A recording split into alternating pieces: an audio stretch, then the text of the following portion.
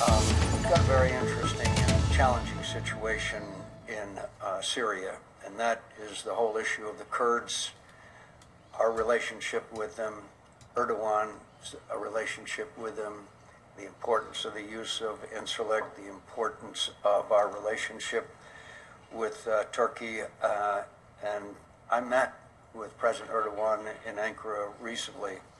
He is passionately opposed to Kurdish involvement, and our support of the Kurds, that I understand, are going to be a very vital element in expediting the retaking of Rakka. This is a complex situation, and it would take all my time, as you know, to go through all this. But I think there's a possibility of an impending conflict between Turkey and the Kurds, as opposed to us all working together to try to defeat ISIS and remove them from Rakka. Do you see that as a scenario that we should be concerned about? I do, Mr. Chairman, and to that end, we are trying to take actions to prevent that from occurring. Well, we find ourselves in a kind of a strange situation that we and the Russians are allied against the Turks. Is that a correct, as far as the Kurds are concerned, is that a correct assessment?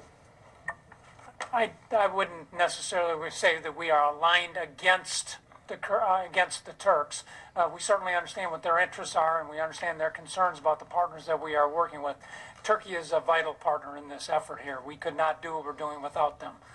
So our efforts are to try to work through this tension through dialogue, through information, and through identifying alternatives that give us a way to move forward against ISIS without damaging the long-term relationship with a NATO partner.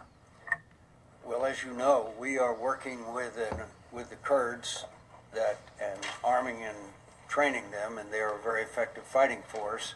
The same Kurds that Erdogan has labeled as a terrorist organization, and in the view of some, a greater threat to Turkey than ISIS is. Who's going to sort all this out? Well, I think there certainly has to be an effort, Mr. Chairman, at the military level, and there has to be an effort at the political level to address this. And so, I'm not sure there's an understanding of how seriously Erdogan views this issue, and I'm not sure we appreciate the importance of the role that Turkey plays in our effort to retake Rakka, particularly in the use of Incirlik and other activities that require Turkish cooperation. I hope that we can, unless something changes, I foresee a train wreck here. And I'm not sure that the administration recognizes how seriously, particularly President Erdogan, views the threat that he views that the Kurds pose. Frankly, okay, Syria. The Kurds that we're training, General Votel, are they mostly in line with the YPG? Are they YPG Kurds? they are, Senator. Okay. Is it fair to say that in the eyes of the Turks, the YPG Kurds are not much better, if any better, than the PKK?